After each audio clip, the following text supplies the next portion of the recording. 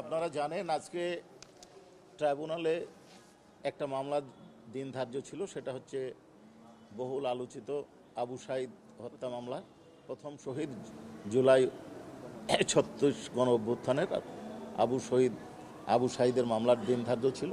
এছাড়া আমাদের অন্য একটা মামলায় আর একটা অ্যাপ্লিকেশন ছিল।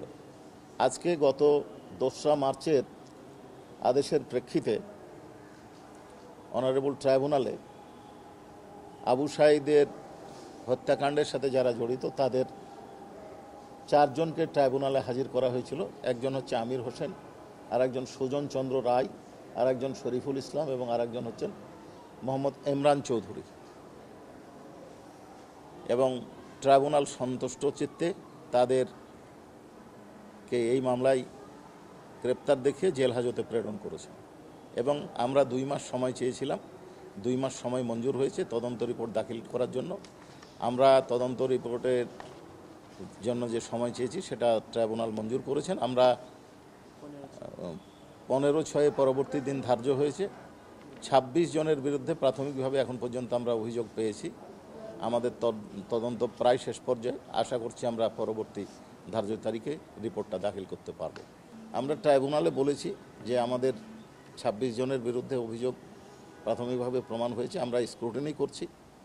আরও যদি প্রয়োজনীয় সাক্ষী প্রমাণের মধ্যে আমরা সংগ্রহ করব, যদি থাকে আমরা স্ক্রুটিনি করছি। আশা করছি যে আমরা 2 মাসের মধ্যে বা 15 জুনের মধ্যে রিপোর্ট দাখিল করতে সক্ষম হব।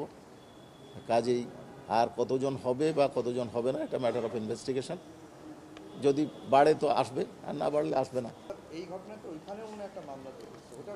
আচ্ছা, এইখানে ট্রাইব্যুনালের মামলা দায়েরের আগে ওইখানে একটা মামলা না, 2টো মামলা হয়েছে।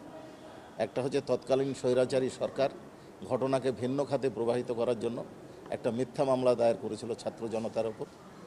আমরা পরিষ্কার দেখেছি, আপনারাও দেখেছেন, আপনাদের কোনো চ্যানেল সম্ভবত লাইভ সম্প্রচার করছিল। তাতে দেখা যাচ্ছে পুলিশ আবু সাঈদকে গুলি করছে, আর পুলিশ অফিসার যিনি মামলা করেছেন তাতে বলছে যে মাথায় আঘাতে মারা গেছে, ছাত্র জনতাদেরকে আসামি করা হয়েছে।